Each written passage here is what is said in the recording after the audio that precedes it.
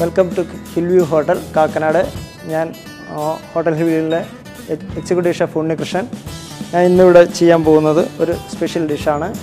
നമ്മൾ കൊച്ചു കുട്ടികൾ മുതൽ വളരെ പ്രായം ചെന്നവർക്ക് വരെയും കഴിക്കാൻ പറ്റിയ ഒരു സ്പൈസി ഒന്നും അല്ലാത്ത കോണ്ടിനെൻ്റൽ കലർന്ന ഒരു ഡിഷാണ്. അത് വീട്ടിലെല്ലാവർക്കും ചെയ്യാൻ പറ്റിയ ഒരു ഈസി ആയിട്ടുള്ള ഒരു ഡിഷാണ് ഞാനിവിടെ ചെയ്യുന്നത്. ക്രം ഫ്രൈഡ് ചിക്കനാണ് അതിൻ്റെ പേര്. ആദ്യം അതിൻ്റെ ഇൻഗ്രീഡിയൻസ് അതിന് ചിക്കൻ, അതിൻ്റെ ബ്രസ്റ്റ് ഭാഗം എടുക്കണം. ചിക്കൻ അതിൻ്റെ ബ്രസ്റ്റ് ഭാഗം എടുക്കണം. പിന്നെ കുറച്ച് മൈദ വേണം, ഉപ്പ് ആവശ്യത്തിന് ചേർക്കണം. അതിൻ്റെ ഇൻഗ്രീഡിയൻസിൽ പെട്ടാണ് white pepper, black pepper powder, കുറച്ച് സോയാബീൻ സോസ് വേണം, സെല്ലറി, പാഴ്സലി ലീവ്സ്, പിന്നെ ബ്രെഡ് ക്രംസ്. ബ്രെഡ് പൊടിച്ച് ഫ്രഷ് ബ്രെഡ് എടുക്കണമായിരിക്കും നല്ലത്. നമ്മൾ ക്രംസ് മേടിക്കാനൊക്കെ കിട്ടും, അതിലും നല്ലത് ബ്രെഡ് പൊടിച്ചെടുക്കണമായിരിക്കും. പിന്നെ കുറച്ച് മുട്ട. ഇതാണ് ഇതിൻ്റെ ഇൻഗ്രീഡിയൻസ്. വർക്കിങ്ങിലേക്ക് നമുക്ക് കിടക്കാം. ആദ്യം ചിക്കൻ ബ്രസ്റ്റ് എടുത്തിട്ട് നല്ല ചോപ്പർ ഉപയോഗിച്ചിട്ട് ചോപ്പ് ചെയ്തെടുക്കണം. കുറച്ച് സെല്ലറി, കുറച്ച് പാഴ്സലി ഇത് ചോപ്പ് ചെയ്തിട്ട് അങ്ങോട്ട് കൂട്ടി നല്ലോണം മിക്സ് ചെയ്യണം. ഇത് നമ്മൾ ഈ ജാറിലേക്ക് ഇടുകയാണ്. ഇങ്ങനെ ഇട്ടിട്ട് ലേശം മുട്ടയും കൂടെ ചേർക്കണം. മുട്ട എന്ന് വെച്ചാൽ സാധാരണ ജെലാറ്റിൻ ചേർക്കണം. നമ്മൾ കോണ്ടിനെൻ്റൽ സ്റ്റൈലിൽ അത് ശരിക്കും ഉണ്ടാക്കണമെങ്കിൽ ജെലാറ്റിൻ ചേർക്കണം. അത് നമ്മൾ വീടുകളിലൊക്കെ നമ്മൾ ഉപയോഗിക്കുന്നില്ല. അപ്പോൾ അതുകൊണ്ട് അതിന് പകരമായിട്ട് ലേശം മുട്ട ഇതിൽ ചേർത്താൽ മതി. ഇങ്ങനെ അപ്പോൾ മിക്സിങ് എളുപ്പത്തിനായിട്ട് നമ്മൾ ഇതിൽ തന്നെ മിക്സിയിൽ അടിക്കുമ്പോൾ തന്നെ ഈ വൈറ്റ് പെപ്പർ പൗഡർ ഇങ്ങനെ ഇടുക. അതിന് പാകത്തിനുള്ള ഉപ്പ് ഇടുക, കുറച്ചും കൂടെ ഉപ്പ്. പിന്നെ ബ്ലാക്ക് പെപ്പർ ഇട്ട് കഴിഞ്ഞാൽ അതിനൊരു കളർ വരണം, ഒരു ബ്ലാക്കിഷ് കളർ വരണം. അതിനാണ് ബ്ലാക്ക് പെപ്പർ ഇടുന്നത്. പിന്നെ ഈ പാഴ്സൽ കുറച്ചും കൂടെ നമ്മൾ ചോപ്പ് ചെയ്ത് വെച്ചേക്കണ ഇതിലേക്ക് ഇടുകയാണ്.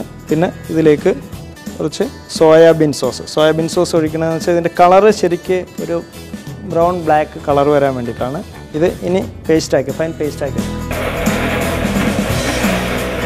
അപ്പോൾ ഇത് നല്ല ഫൈൻ പേസ്റ്റായിട്ട് കിട്ടിയിട്ടുണ്ട്. ഞാൻ ഉദ്ദേശിച്ച പോലെ തന്നെ കറക്റ്റ് പേസ്റ്റായിട്ട് കിട്ടിയിട്ടുണ്ട്. അത് ഇങ്ങനെ ഒരു ഡിഷിലേക്ക് മാറ്റിയിട്ട്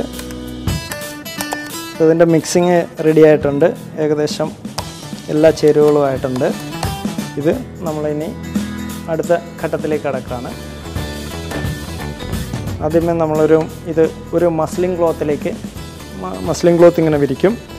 ഒരു മസ്ലിൻ ക്ലോത്ത് വിരിച്ചതിന് ശേഷം അതിൽ അലുമിനിയം ഫോയിൽ വയ്ക്കും. ഇത് ചെയ്യുന്നത് എന്താണെന്ന് വെച്ച് കഴിഞ്ഞാൽ അത് വളരെ ടൈറ്റ് ചെയ്ത് നമ്മൾ മുറുക്കിയെടുക്കും. അപ്പോൾ അതിന് ഒരു ക്ലിങ് ഫിലിം അതിൻ്റെ മേളിലത്തെ അടുത്ത മൂന്നാമത്തെ റോയായിട്ട് വയ്ക്കും. അപ്പോൾ ഈ ഡോ എടുത്തിട്ട് നമ്മൾ പതുക്കെ ഇതിലേക്ക് ഇങ്ങനെ പതുക്കെ ഫ്ലാറ്റ് ചെയ്യും. സോയാബീൻ സോസ് ഇങ്ങനെ ഇടയ്ക്കിടയ്ക്ക് ഇങ്ങനെ ഡോട്ട് ചെയ്തിടും. അപ്പോൾ കട്ട് ചെയ്ത് കഴിയുമ്പോൾ ഇത് ഉണ്ടാക്കി കഴിയുമ്പോൾ സ്ലൈസ് ചെയ്തെടുക്കുമ്പോൾ നല്ല ലുക്കായിരിക്കും.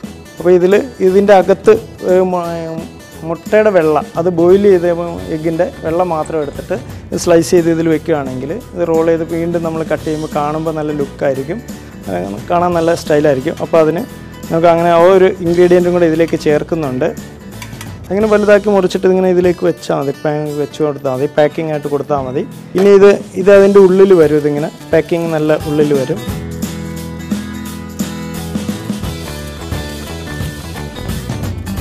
നമ്മളിങ്ങനെ ഈ മസ്ലിൻ ക്ലോത്ത് കൊണ്ട് ഇതിൻ്റെ ഏറ്റവും പുറമെ ഇങ്ങനെ ചുറ്റി നല്ലോണം ചുറ്റിയെടുത്ത് നല്ല ടൈറ്റ് ചെയ്യണം.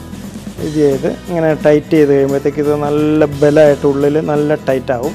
എന്നിട്ട് രണ്ടറ്റം ഒരു നൂല് ഉപയോഗിച്ചിട്ട് ഇങ്ങനെ അല്ലെങ്കിൽ ഇതിൻ്റെ കഷ്ണം കൊണ്ട് മതി. ഇങ്ങനെ എളുപ്പം നമ്മൾ ഇതിൻ്റെ തന്നെ മസ്ലിൻ ക്ലോത്തിൻ്റെ തന്നെ കഷ്ണം കൊണ്ട് ഇതൊന്ന് നല്ലോണം ടൈറ്റ് ചെയ്ത് കെട്ടിയാൽ മതി. പ്രഷർ കുക്കറിൽ വെള്ളം വെച്ചു അതിനകത്ത് കുറച്ച് ഇത് ഒന്ന് സ്റ്റീം ആകാനുള്ള ഡയറക്റ്റ് വെള്ളത്തിൽ തന്നെ നമുക്കിട്ട് കുക്ക് ചെയ്യാൻ പറ്റും. ഇതൊക്കെ ഇട്ട് ഇങ്ങനെ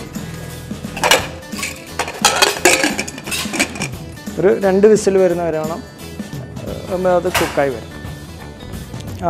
ഇതിപ്പോൾ റെഡി ആയിട്ടുണ്ട്. ഇത് തണുത്തിട്ടുണ്ട്. പ്രഷർ കുക്കറിൽ ഇത് കുക്കായി അത് കഴിഞ്ഞ് തണുത്തിരിക്കുകയാണ്. ഇനിയിപ്പോൾ ഇത് തുറക്കാം നമുക്ക്. ഇതിൻ്റെ കെട്ടൊക്കെ ഒന്ന് അഴിച്ചിട്ട് വേണം. നല്ല ടൈറ്റാണ്. ഇങ്ങനെ മെല്ലെ തുറന്നെടുക്കണം. ഇപ്പോൾ അതൊക്കെ കട്ട് ചെയ്തെടുക്കണം. അങ്ങനെ ഇത് കിട്ടിയിട്ടുണ്ട്. ഇപ്പോൾ ചിക്കനാണ്. ഇതിൽ നിന്നൊരു പീസ് നമുക്ക് മുറിച്ചെടുക്കാം. അങ്ങനെ ഇപ്പോൾ അതിനകത്ത് ആ എഗ്ഗ് വെച്ചേക്കണൊക്കെ കാണാൻ പറ്റും. അതേപോലെ തന്നെ കാണാനൊക്കെ ലുക്കാണ്. അത് നമ്മൾ ആദ്യം മുട്ടയിലൊന്നിങ്ങനെ ഡിപ്പ് ചെയ്യും. മുട്ടയിലൊന്നിങ്ങനെ ഡിപ്പ് ചെയ്ത് കഴിഞ്ഞാൽ റീഫൈൻഡ് ഫ്ലവർ മൈദ ഇട്ടിട്ട് നമുക്ക് ഇതൊന്ന് പതുക്കെ അതിൽ പേസ്റ്റ് ചെയ്തിട്ട് വീണ്ടും മുട്ടയിലൊന്ന് അതിനുശേഷം നമ്മൾ ഈ ബ്രെഡ് ക്രംബാണ്. ബ്രെഡ് ക്രംബിലേക്ക് ഇതിങ്ങനെ പതുക്കെ ഇതിങ്ങനെ ക്രം ചെയ്തെടുക്കും. ഇങ്ങനെ ക്രം ചെയ്തെടുത്ത് കഴിഞ്ഞിട്ട് നമുക്കിത് ഫ്രൈ ചെയ്തെടുക്കാം. അപ്പോൾ ഇനി നമുക്കിത് ഫ്രൈ ചെയ്യാനുള്ള ഒരു പാൻ ഇതിലേക്ക് വെച്ചിട്ട് അതിനകത്ത് നമ്മൾ ഓയിൽ ഒഴിക്കുകയാണ്. വെജിറ്റബിൾ ഓയിൽ ഒഴിച്ചാൽ മതി. വെജിറ്റബിൾ ഓയിൽ ഇതിലേക്ക് ഒഴിക്കുക, ആവശ്യത്തിന് ഒഴിച്ചിട്ട് അത് ചൂടായി വരുമ്പോൾ നമുക്കത് ഫ്രൈ ചെയ്തെടുക്കാം. ഇപ്പോൾ നമ്മുടെ ഇത് ഫ്രൈ ചെയ്തെടുക്കാനുള്ള എണ്ണ ചൂടായിട്ടുണ്ട്. നമുക്കിപ്പോൾ അത് പതുക്കെ ഇങ്ങനെ വറുത്തെടുക്കാം. അതിങ്ങനെ നമ്മൾ ഗോൾഡൻ ബ്രൗൺ വരും. അപ്പോൾ കറക്റ്റ് പാകമായിട്ടുണ്ടാവും. ഗോൾഡൻ ബ്രൗൺ ആയിട്ടുണ്ട്. നമുക്ക് പതുക്കെ ഇത് ഇങ്ങോട്ട് മാറ്റാം. അപ്പോൾ ഇതിങ്ങനെ നമുക്ക് വളരെ കട്ടി കുറച്ചിട്ടോ ഏതോ നമ്മുടെ ആവശ്യത്തിന് ഇങ്ങനെ സ്ലൈസ് ചെയ്തെടുക്കാം. ഇങ്ങനെ ഓരോന്നെ എടുത്ത് ഇങ്ങനെ വെച്ചാൽ മതി. നമുക്കിങ്ങനെ വെച്ച് കഴിഞ്ഞാൽ നമുക്കങ്ങനെ സെർവ് ചെയ്യാം. ഇതാണ് ക്രം ഫ്രൈഡ് ചിക്കനാണ്. ഇത് വീട്ടിലും നമുക്ക് എല്ലാവർക്കും ഇതെന്ന് വെച്ചാൽ നമ്മൾ ആരെങ്കിലും ഗസ്റ്റൊക്കെ വന്നു കഴിഞ്ഞാൽ ഒരു ഗ്രൂപ്പായിട്ടൊരു ഗസ്റ്റൊക്കെ വന്നു കഴിഞ്ഞാൽ നമുക്ക് ഉണ്ടാക്കി കൊടുക്കാവുന്നതാണ്. വരാമെന്ന് നേരത്തെ അറിയാമെങ്കിൽ നമുക്ക് തലേദിവസം ഉണ്ടാക്കി വയ്ക്കാവുന്ന ഒരു ഡിഷാണിത്. ഗസ്റ്റ് വരുമ്പോൾ ജസ്റ്റ് ഫ്രൈ ചെയ്ത് ഇതേപോലെ ക്രം ഫ്രൈ ചെയ്ത്